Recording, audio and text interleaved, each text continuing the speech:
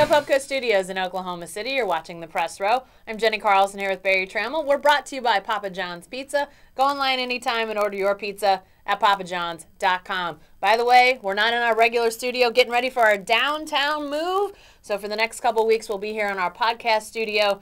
But you can look forward to a brand new studio here really soon from our new downtown office. Supposed to be like the Today Show. People can come by and say hello. Yeah, so if you guys want to come and like have signs and cat calls, yeah, make faces at us. It's all good. Come on downtown. All right, it's time for Inbox, Barry. We've got some email questions we're going to answer here on video. Let's get started with Jason. He says, I know I'm in La La Land, but I wish not one reporter would show up for Marshawn Lynch's designated time at Super Bowl Media Day. What he's doing is a disgrace and embarrassing.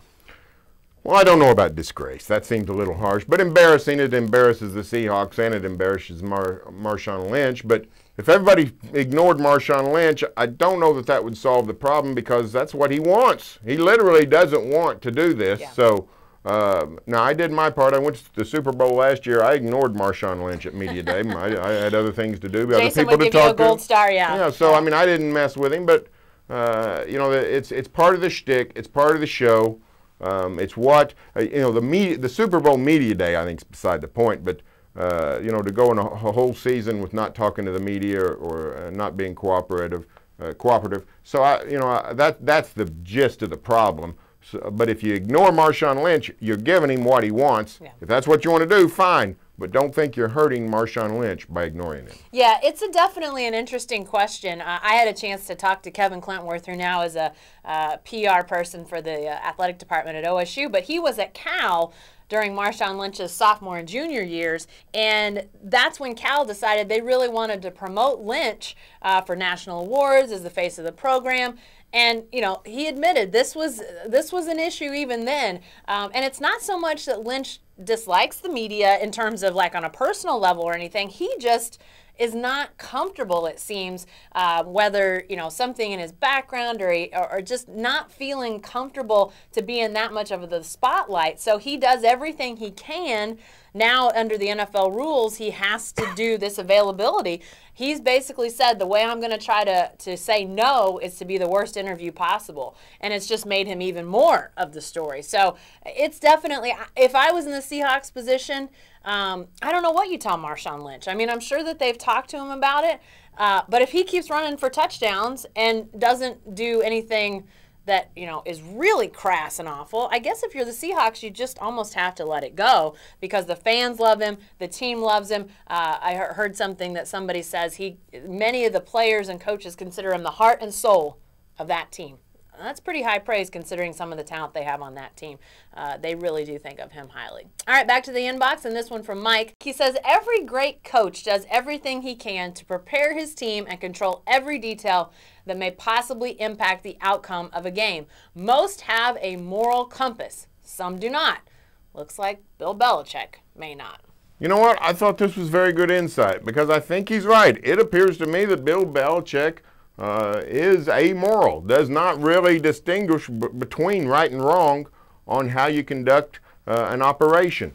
I heard a great story this week about Don Shula in that before a Dolphin game years ago against Oakland, the Dolphins go into the locker room the day before the game and they actually find a Raider game plan. And the player finds it and takes it to Don Shula and says, look what I found, coach, it's a game plan. Don Shula took the game plan and threw it in the trash and says, we do not cheat. And Don Shula apparently has a moral compass.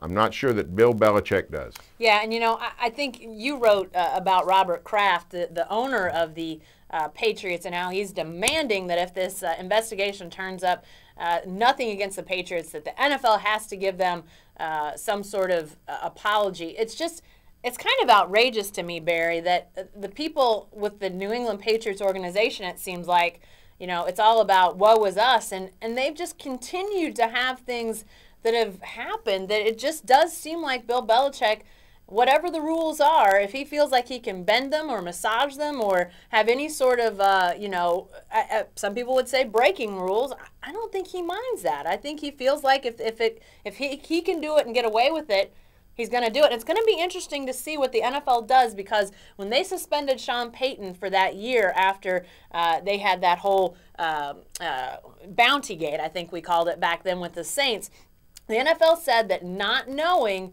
was not a defense. So if something happened and Bill Belichick, on Bill Belichick's watch, although I have to think the way Bill Belichick commands everything, if something happened, he knew about it. But if he says he didn't, and the NFL determines something did happen, are they going to come down on him? It's not as severe as Bountygate, obviously. That was the safety and health of players. But how harshly will the NFL punish him is really going to be an interesting question. All right, back to the inbox from Justin. Justin said, deja vu, the OU men's basketball season compared to the football season. Start with high expectations, good non-conference season. Then the season goes off the skids when conference starts. The players say, we can fix this. We know what we have to do. Not going to let this last define us. Yada, yada, yada. This does sort of sound familiar to Sooner fans, Barry. Well, it does. I do think that I think people are maybe panicking a little bit too much on OU basketball. When the Sooners lost the 2 close ones in football and then were blown out by Baylor, that was a disastrous season. By definition, at that point, this OU basketball season is nowhere close to a disaster. And even if it is off track, it can get back on. The OU football season, once it got off track, it was not possible to get back on track because of the expectations. This basketball season can still get back on track. Really, as I look at this, I only really indict the Sooners for one bad loss. That was the home loss to K-State. Going to Baylor and losing, that can happen. Going to West Virginia and losing, that can happen. They went to Texas and won. This OU basketball season can still turn around, and it's not in terrible shape right now. Yeah, no, I think they're still okay, and I think if they can get on a little bit of a run, which they do seem capable to do that, they could win 4 or 5, in conference here as the season gets towards the postseason, and that sort of thing is impressive to the selection committee, could really improve your seeding. And then, as we know, Barry, it's all about who you match up against in the NCAA tournament.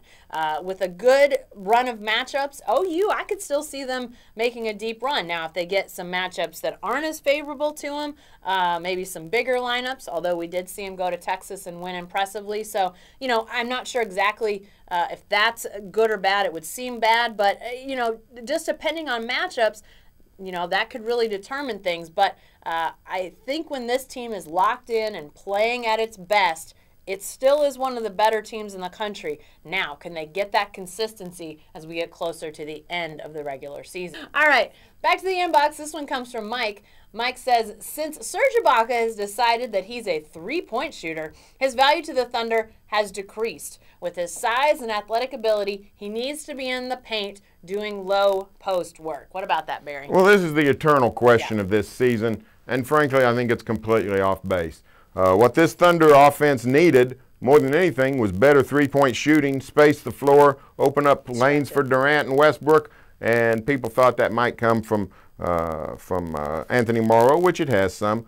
People thought it might come from Dion Waiters after the trade, which was, bad thoughts. He's not a great outside shooter. But instead, it's come from Serge Ibaka, who's shooting over 40% from three-point range. Now, it has cost the Thunder some, I think, on the offensive glass, where Serge is a very good offensive rebounder. But this idea that Serge needs to be in the low post, doing grunt work, turning into some sort of a manimal in the paint, that's not the kind of player he is. That's not the kind of skill he has. Just because he's big and strong doesn't mean he's automatically going to be a low post monster. So some guys have that, not very many though. And no reason to think that Serge Ibaka is going to develop some magic low post game. The fact that he's expanded his game with the outside shooting has helped the Thunder offense. Let's not blame Serge for the offensive problems. Yeah, I think that's pretty obvious that Serge Ibaka is not trending towards Hakeem Olajuwon with his inside game. That was, a couple years ago when his offensive game was still developing and evolving, that was sort of a thought. Maybe he goes and hooks up with Hakeem, who does big man work and really helps guys to, expand their repertoire, but that didn't happen. Instead, Serge went away from the basket. My only issue, and frankly, I think his ability in the pick and pop and the screen game, to me, that's invaluable to the Thunder offense. It gets things opened up. It gets guys moving. It pulls Serge's defender away from the basket, which a lot of fours are not comfortable going as far from the basket as he wants to go. The thing that is concerning to me when it comes to Serge Ibaka and his outside shooting is when he gets in those funks where he just stands outside. I don't have any problem with him shooting, you know, from the elbow, from the top of the arc, even from outside the three-point line. But I want him to move. To me, he's very athletic, as Barry mentioned. He's at his best when he's moving around, coming off screens, again, pulling his man with him. When he goes and just plants himself in the corner, that to me is a problem with the offense. Don't get to planting yourself outside the three-point line, Serge. But everything else, I think, is good for this Thunder offense. Be sure to stay with the best coverage team.